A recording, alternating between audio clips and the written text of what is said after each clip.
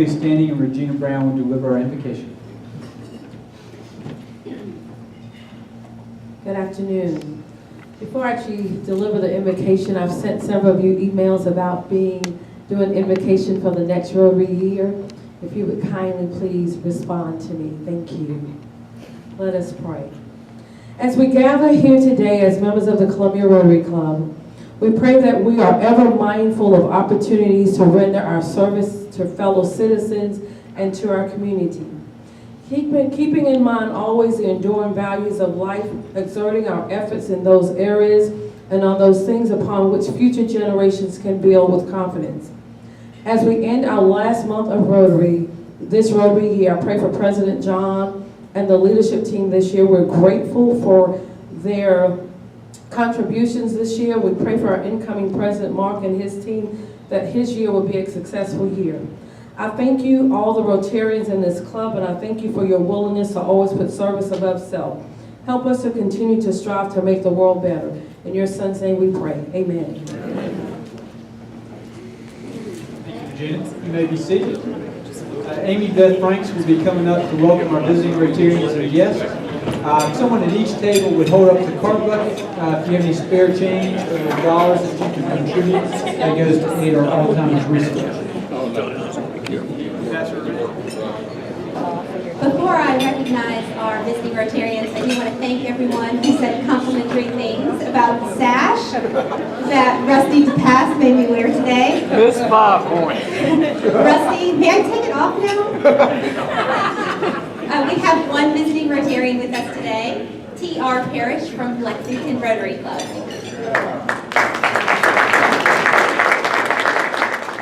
Would you please stand and let us recognize you and your guests?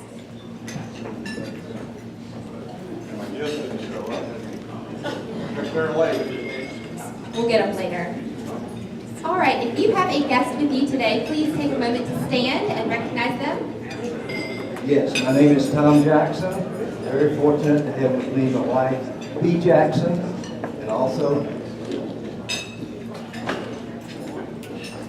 I'm Rex Wilson, and I'm very pleased to have as my guest my wife Paula, my daughter Ann, my newest daughter Courtney, my son Reg, and the ever elegant Whit Moore.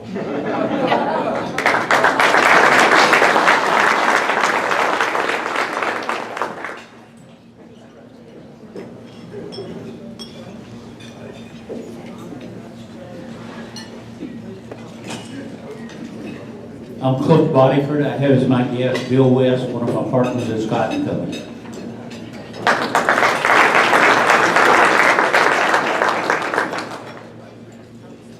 that everybody? Well, thank you all for joining us at the Columbia Rotary Club. Y'all have a great week.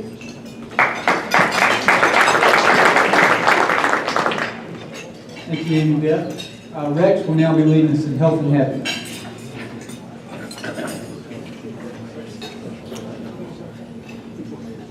It's very difficult for me when I don't get to run up, but John invited me to the head table, and since it's the first time I've ever been invited to a head table, I couldn't resist. My first bit of news, Mike Bettiger, I saw Mike Bettiger. He has been honored. Of course, we all know he's the president and CEO of the Lexington Medical Center.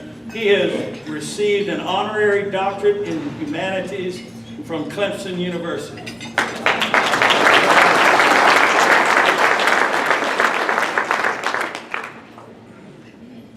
You have on your tables an American Red Cross famously hot blood drive. It will take place at the Convention Center on Friday the 19th.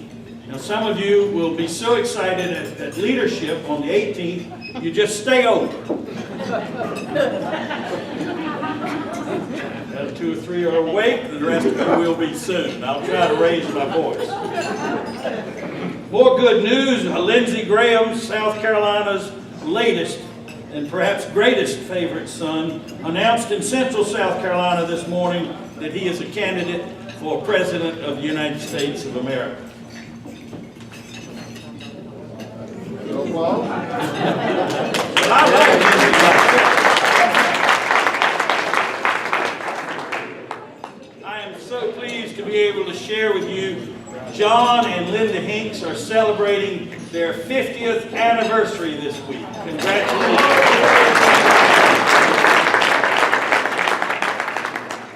And you may have noticed I introduced earlier my latest daughter, Courtney, and my son, Reginald. Reginald Darlington Wilson III and Courtney Hansberry married on Friday of this past week, and we're hoping for them 50-plus years of good marriage.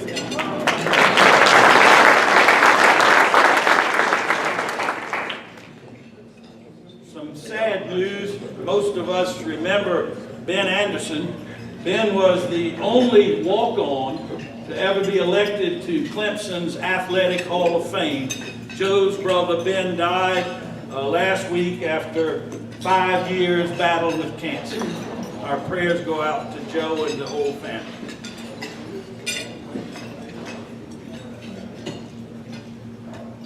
This speech that I'm about to share with you was shared with me by Whit Moore. Whit said he thought I could do it, and I have been practicing now for 2.5 years, waiting for this opportunity. The original whiskey speech was delivered by Soggy Sweat. That is Judge Noah S. Soggy Sweat Jr., a judge, a law professor, a state representative in the state of Mississippi, who was notable mostly for his 1952 speech on the floor of the House of Representatives concerning the controversial subject of whiskey. The speech has been revived annually on the last day of session at the Mississippi Legislature by Ed Perry from Oxford. To truly appreciate this classic 315 words, you must remember that it was delivered to the state legislature over 50 years ago when the sale of whiskey in Mississippi was illegal. Now, we sold it, we drank it, and we taxed it. We even elected a statewide public official to collect the tax.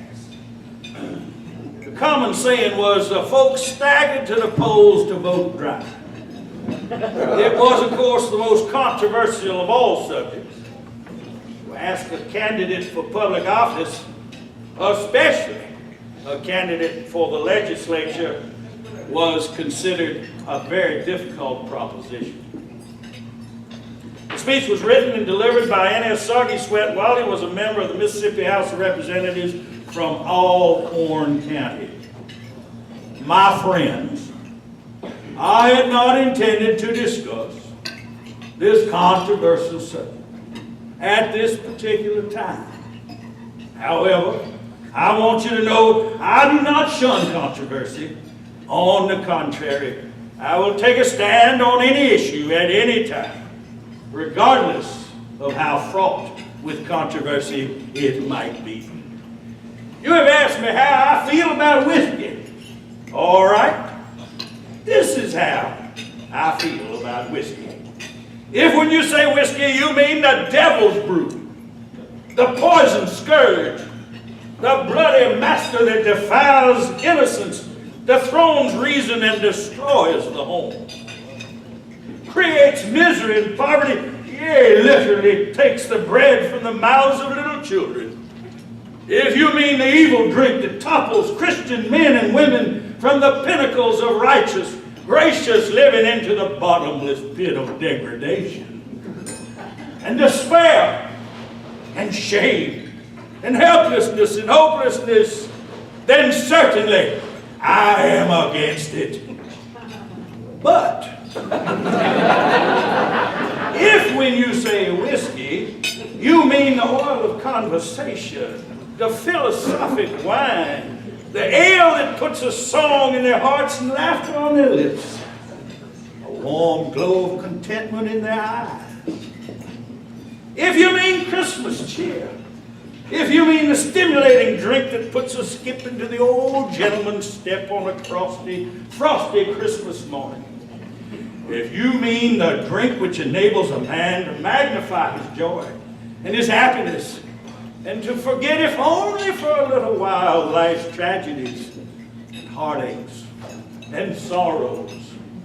If you mean the drink, the sale of which pours into our treasury untold millions of dollars, which is used for the intended care of our little crippled children, our blind and deaf, our pitifully aged and infirm, to build highways, hospitals, and schools, then certainly I am for it.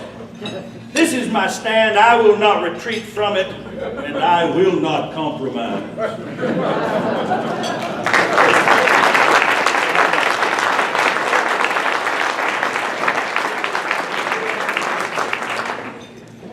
Thank you, Rex. Jim Morris is now going to come up and give us a logistical brief for the LeaderCast on June 18th. He has a slide to go over the parking and so forth. Answer any questions. Okay, thank you. Little slide. Hey, I'm Jim Morris, the other Jim Morris. I think most of you know several Jim Morrises probably. I'm not related to any of them. But I'm going to talk a little bit. I happen to be in the Darla Moore School of Business. I'm not a professor. I'm given space there with my organization, the South Carolina Council on Economic Education. And so I'm the liaison to the Darla Moore School. And so that's why I will it's easy for me to help with this process. The LeaderCast is the 18th of June. Registration will begin at 8:30. And the exercise, the program will begin at 9 o'clock. Go ahead and go to the next slide because you can't really read a lot of this. I'm just going to tell you anyway. It's at the Darla Moore School. Now, does anybody not know where the Darla Moore School is? I'm going to just briefly. It's that big brown building with all the flags and the columns wedged between the Koger Center and the Coliseum, right on Assembly. Okay, so the street between the Darla Moore School and the Koger School, or the Koger Center, is Green Street, and that's where you would enter the building. Parking is going to be at the Discovery Garage, which is directly behind the Koger Center. So, and there's two entrances to that Discovery Garage.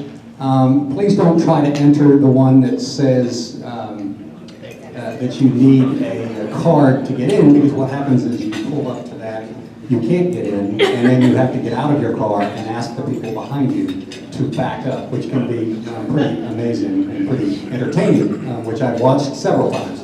And so most of us don't pull that second car in until we see the first one with the gate rising. But the entrance that you would come in on is on Park, and which is directly behind the Koger Center. So if you park in there, the first floor is for the transportation folks, Department of Transportation, and then the second and third floor is mostly for the professors in the area, not me. And then you can park anywhere above that. The cost of the parking is going to be $8. And the $8, when you go to register, when you come up to the Darla Moore School to register for the, at 8:30 in the morning, between 8:30 and 9, you'll be given a little card, and that card is the validation ticket, so that when you go back to get your car, you hand them that, and rather than paying the $15 all-day fee, you can pay the $8 fee. Now, we also are arranging a valet service. How many of you all would be inclined to use the valet service? Would you raise your hand? How much is it? Yeah, good point. It's many dollars. No, it's $10 for the valet service, which is $2 more than you would pay, and the valet folks will pick you up.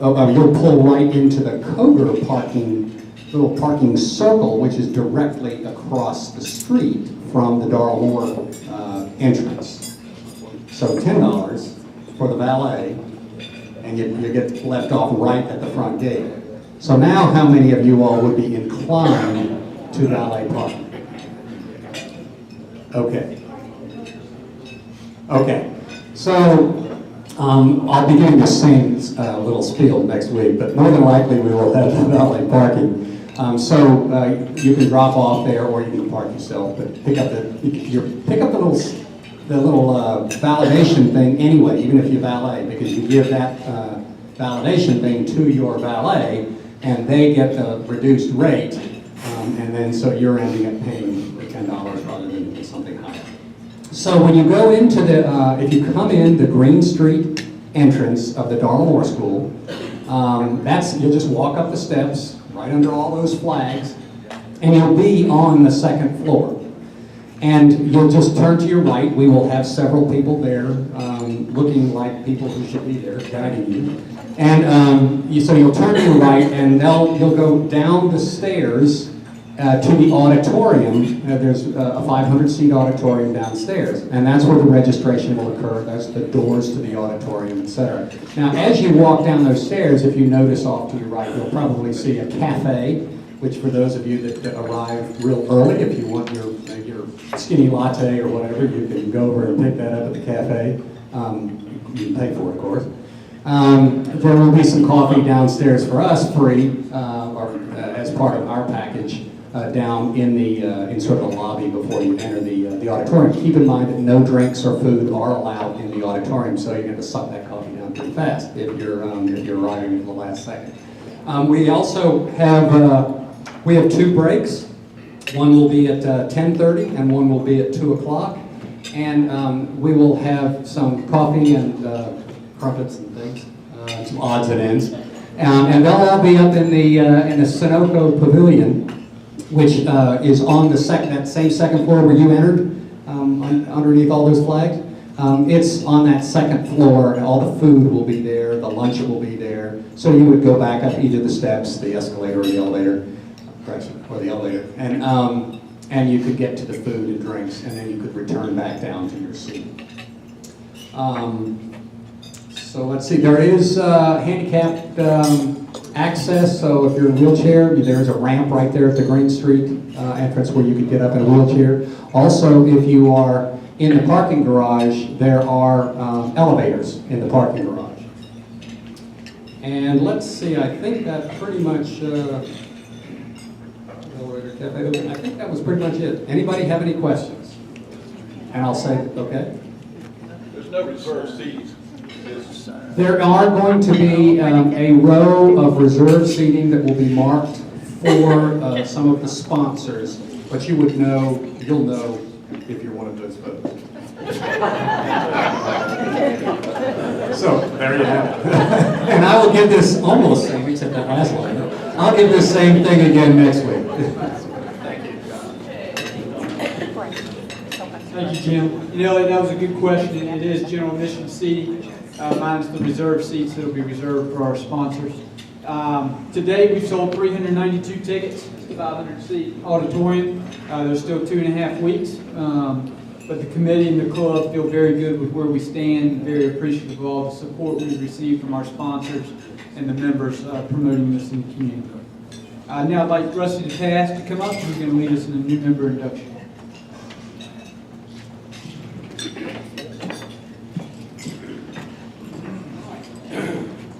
Thank you very much, President John.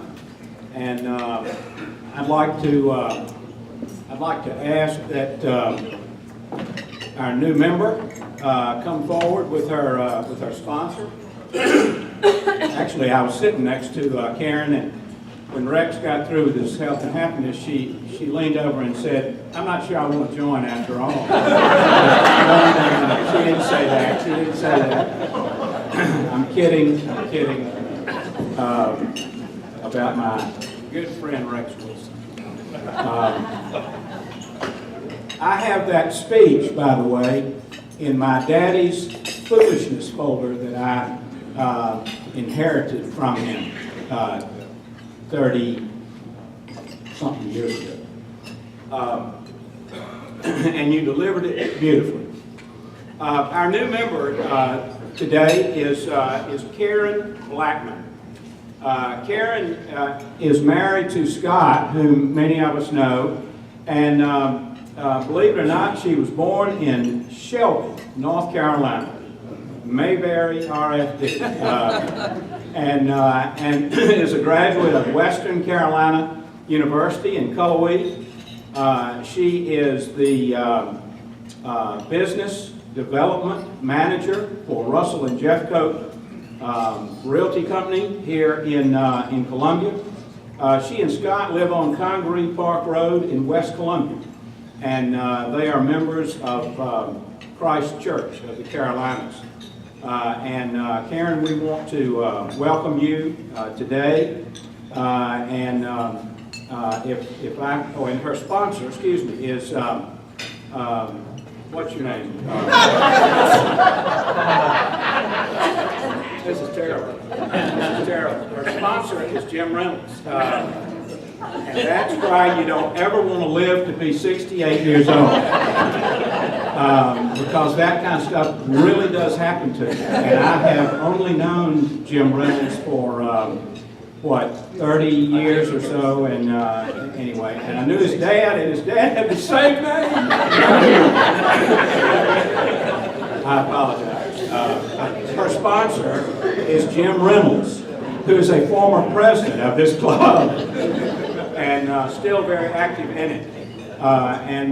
Karen, we're delighted to have you as a new member, and if you would, when y'all get through with the pen, if you would turn around and face me, and let me tell you just very quickly that we're delighted to have you as a member of this Rotary Club, and we want to encourage you to attend the meetings, to participate in the activities, and when you do attend the meetings, sit at various tables and get to know as many people as you can, because that's the way that you'll get the most out of Rotary.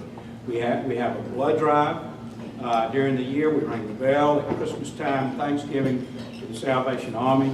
John has put together this wonderful program, Leader Cast, that will be later this month. We also have a golf outing. I'm sure I'm forgetting a number of things, but we also want to encourage you to bring additional people to Rotary who would be good members like yourself, and hope that you will enjoy it. And at the end of the meeting today, since we're sitting over here at this table, if you don't mind stationing yourself just by the piano there, and those who can and would like to come by and welcome you will be able to do so at that time. Welcome. What's that? Just like joining a church. Yeah, except you don't have to give as much money here. That's a general rule. But hearty welcome.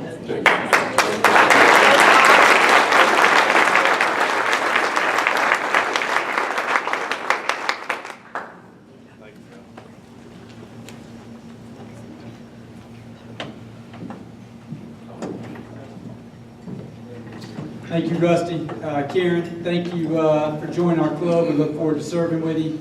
Jim, thank you as a past president for continuing to invest in our club by bringing in quality members. We now like to turn it over to Libby, who will introduce our program.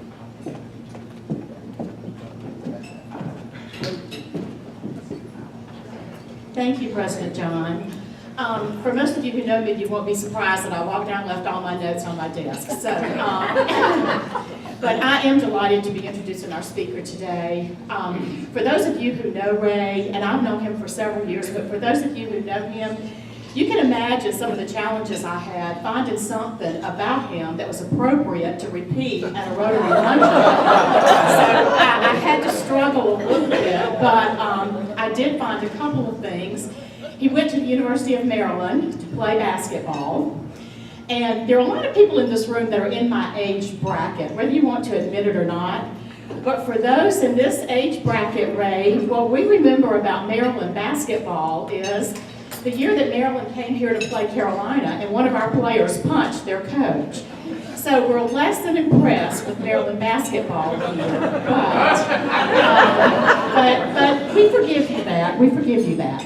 Also, I saw Adam a little earlier. Adam, a couple of weeks ago, mentioned that our speaker that he was introducing had no affiliation with Wofford. Well, Adam, I think we're on a roll. Our speaker has no affiliation with Wofford. Now, I know some of you, Hal, may not be, thrilled to hear that, but that is, I think we're on a roll. I think we're on a roll. Oh, yeah, okay. I think he showed up at a fraternity party one time.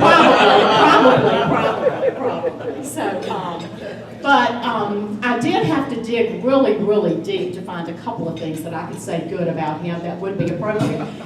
And one was that he did serve on the committee in Atlanta to plan the Olympics, and that is no small feat. So that is admirable, Ray, I have to say that is. And now he serves on the, and I won't get this title right, but he can correct me, the DC Area High School Basketball Hall of Fame Commission. Is that closed, Ray? Is that, okay, okay. Okay, a board of directors, okay, see, I knew I'd screw that up. But anyway, I say all this to say that our speaker today is a fun guy, but I am sure that you will hear in his presentation the dedication and the compassion that comes through for Special Olympics South Carolina. I ask you to help me welcome a fellow Rotarian and our speaker today with Special Olympics South Carolina, Ray Carci.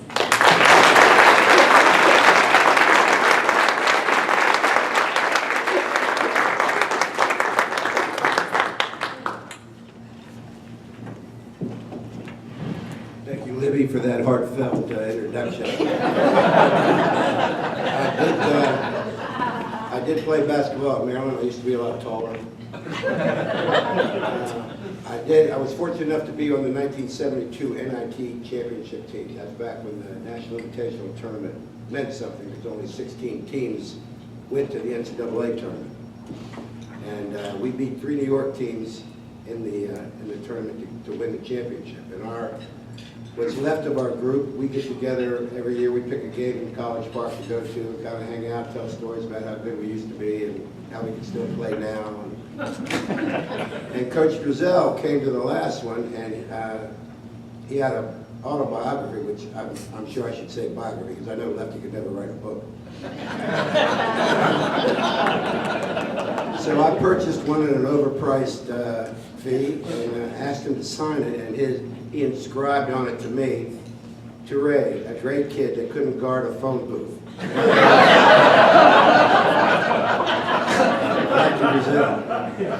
So I wasn't known for my defense in college.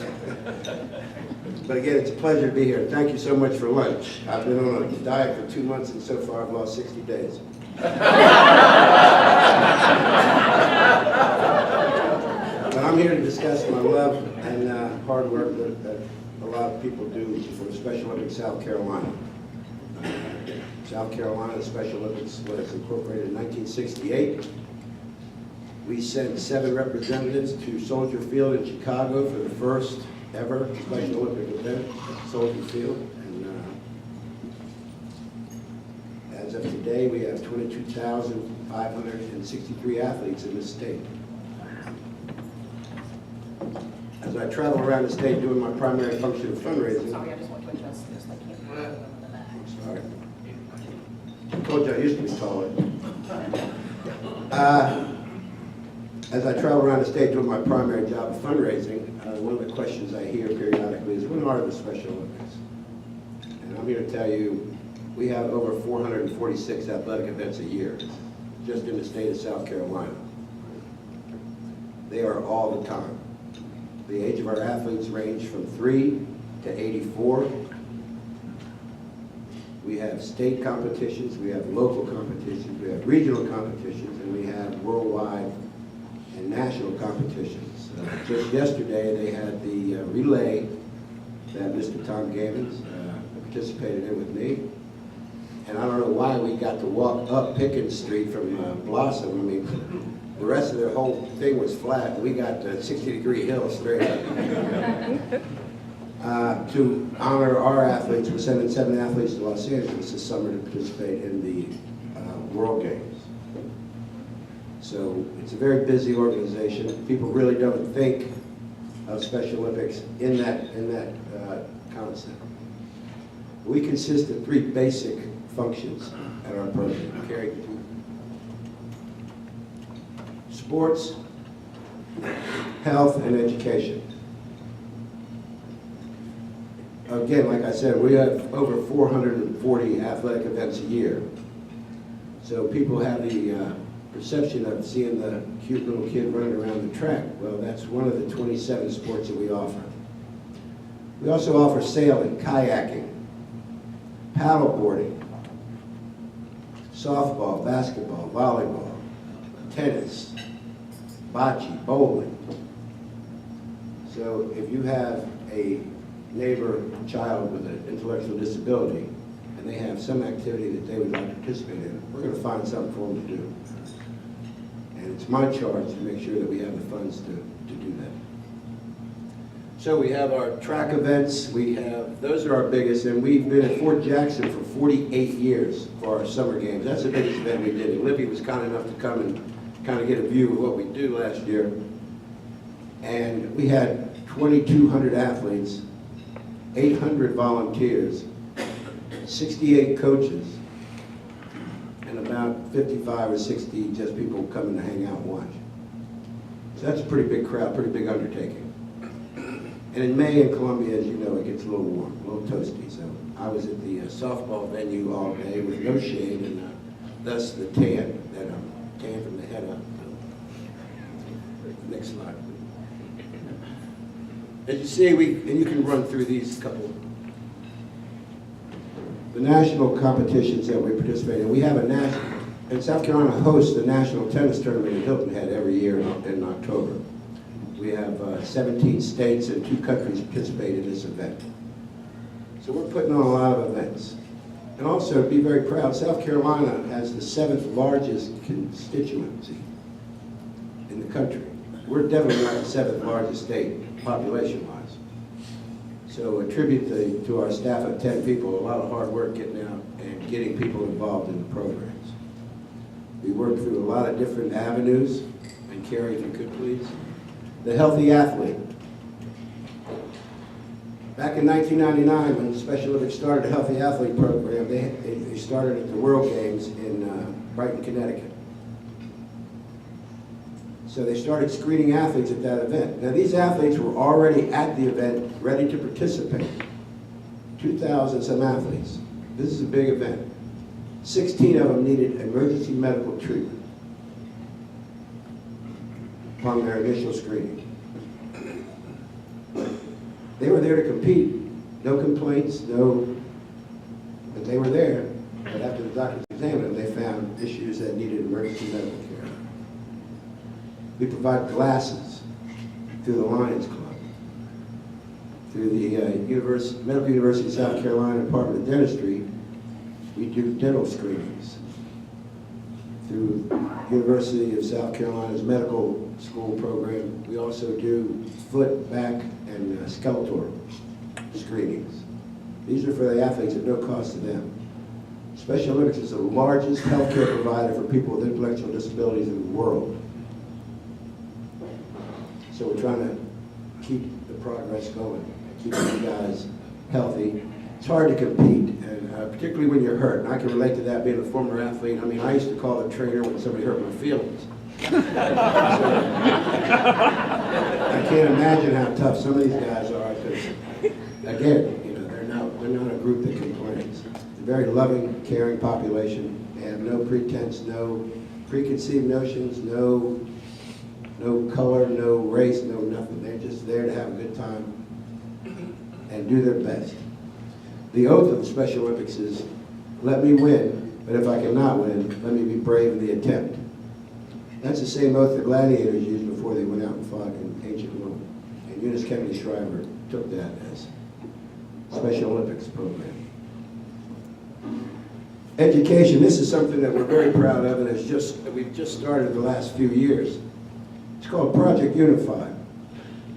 As we all know, in regular schools, bullying has become a major issue, whether it be physical, cyber, verbal.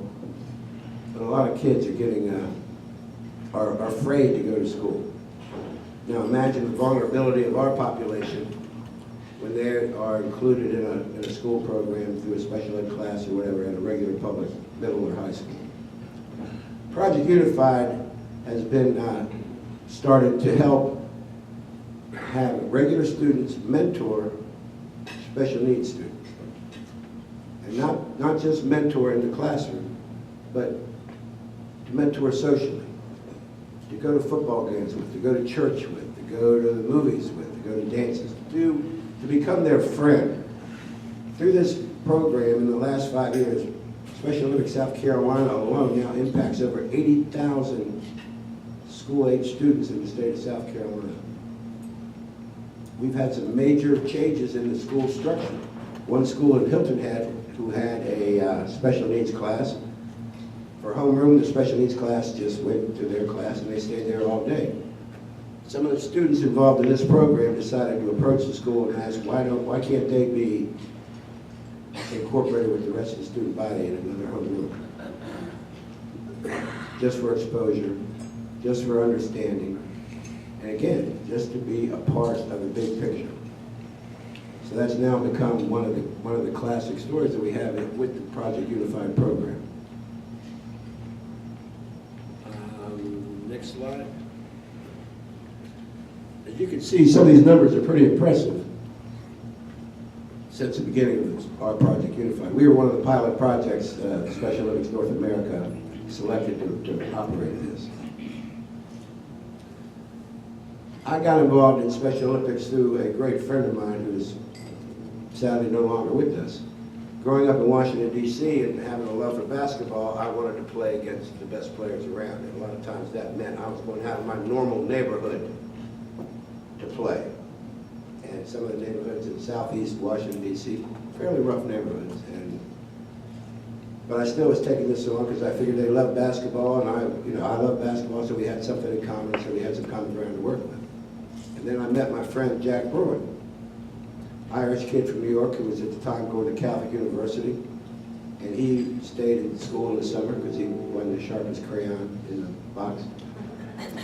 But he wanted to play, he wanted to keep playing, so we became good friends. After a career at Catholic U as the head coach, he got the job at Colgate University in upstate New York as the head coach. That was 1989. And we went to the Final Four. Each head coach in Division I basketball gets 2 tickets to the Final Four. And instead of his wife, he took me, which we never really reconciled that later. In the midst of the Final Four event, Jack wanted to do a Special Olympics clinic because he'd been doing them in New York for a couple of years. He asked me if I'd help him with it. So Jack Bruin, myself, Mike Bray, who's now the head coach at Notre Dame, Pete Strickland, who used to be the head coach at Coastal Carolina. We got together with a school-age group of Special Olympic athletes in Denver, Colorado. We did a little camp, and then we played against them at the end. This was my first real exposure to Special Olympics.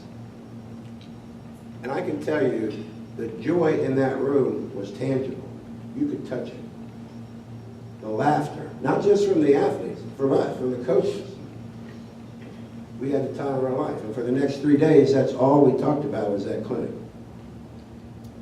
So we were doing that yearly. Sadly, in 1997, Coach Bruin was diagnosed with pancreatic cancer and died that December. I was helping him out because the Olympics in Atlanta were over. I used to work for the Atlanta Committee for Olympic Games, as Libby said, and I was going back and forth to Syracuse, New York a lot to help him with his chemo. For one of our final trips back to his house, he said, you should do something, you should get back involved in basketball. Quit chasing dollars around, do something that feels good. He said, you have some magic with those Special Olympic kids. He said, you should really look into that. Sadly, he passed away, and in January of 1999, there was an ad in the paper for Special Olympics activity coordinator for the Special Olympics South Carolina. I applied, got it, and I've been there in 17 years since. So that was my start in Special Olympics. It's very meaningful to me. And again, you can't ask for a better population to work with. And carry the last. We still run through. This guy right here. Oops. You can back that up. I had the privilege of going to the USA Games last summer in Princeton, New Jersey. This is one of our athletes from Charleston. His name is Tate Michael.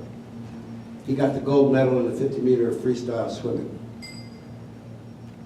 He's normally confined to a wheelchair. But when he got the gold medal, he got his leg brace on and his cane. He was going to walk to get his gold medal. And when he walked out to the podium and got on it, and they put the medal around his neck, he held those flowers up. And for 5 minutes, he held those flowers up. For about 7 minutes, he held the flowers up. The other participants, the second and third place participants, they walked off the stage. Tate still stood there. The crowd kind of chuckled, and then the crowd broke into an applause. I mean, he was very proud of it. He came off, I went to congratulate him. I said, "Great job, Tate." He said, "I'm back." I didn't know anything about Tate until I got back to the office and talked to some of his coaches in Charleston. Tate Michael was a North Charleston police officer. And in foot pursuit of a criminal, suffered a brain aneurysm. He was in a medically induced coma for 2.5 years. They didn't expect him to live. He came back, as he said, "I'm back." And that's the Tate Michael story. It's amazing when given an opportunity what people can do. And that's what Special Olympics is about, providing opportunity. We're not going to cure anything. This is never going to go away. What we're going to do is find out what they're capable of. And through our hundreds of volunteers and our staff of 10, and the state of South Carolina, with the generosity of the corporate and community-based programs, we'll get it done. So that's pretty much it. I'll be more than glad to answer any questions you may have. We've got a few minutes left, about 8 or 9, so we can even talk about Maryland basketball if you want to. Or I can sing Dean Martin's song, so I'm very versatile with this. Open-ended. Any questions?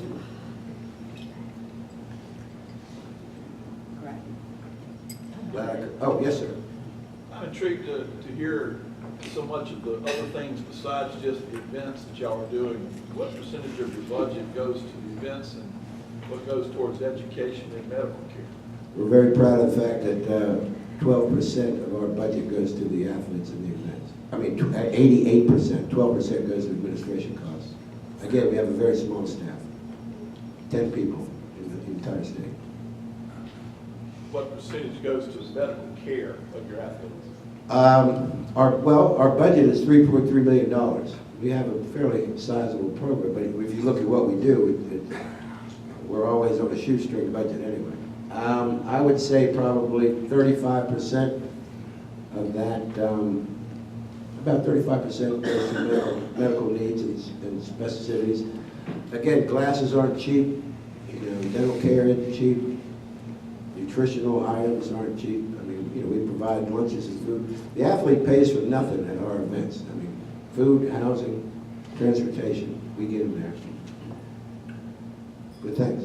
Yes, sir. Ray, I recall something in the news recently about the torch coming through South Carolina, Special Olympics torch. I don't know if it was a relay or whatnot. Yeah, it was the running from coast to coast. It started in Charleston last week. They passed off the torch at Columbia yesterday. It'll be in Greenville on Friday, and it's being run or wheelchaired or biked from Charleston to Los Angeles. And we did it yesterday. Tom gave it to them. We were part of it, did a half mile.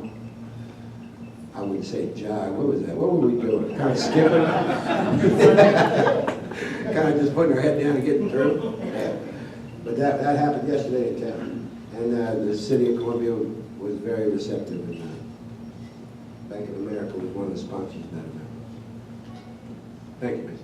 Yes. Tell me about your in-kind, some of your donations, if that's fairly substantial or not. Oh, absolutely it is. The Carolina Ale House donates lunches for the golf portion of our state games here. So, I mean, and that's a small factor, but again, it's $2,000 we don't have to buy. Coca-Cola is one of our bigger sponsors. They provide a lot of sodas and water for our events. We have in-kind donations as far as office furniture, computers, materials. Depends. If I know somebody, I'm going to ask them for it. That's my job. Anything else? Our website is www.so-sc.org. If you have any other questions, you can look on there. If not, get with Libby. Libby can get you in touch with me.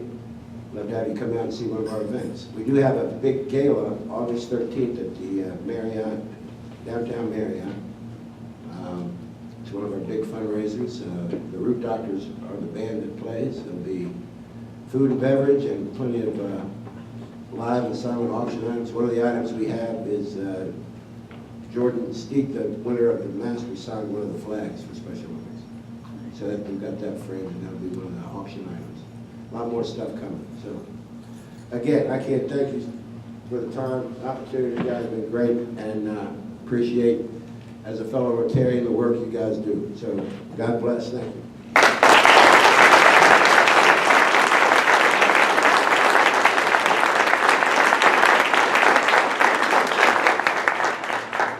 Ray, thank you for your time today. An appreciation from the club. We have this for you. And as a Rotarian, you truly live in service above self, and we're appreciative of all you do. Thank you.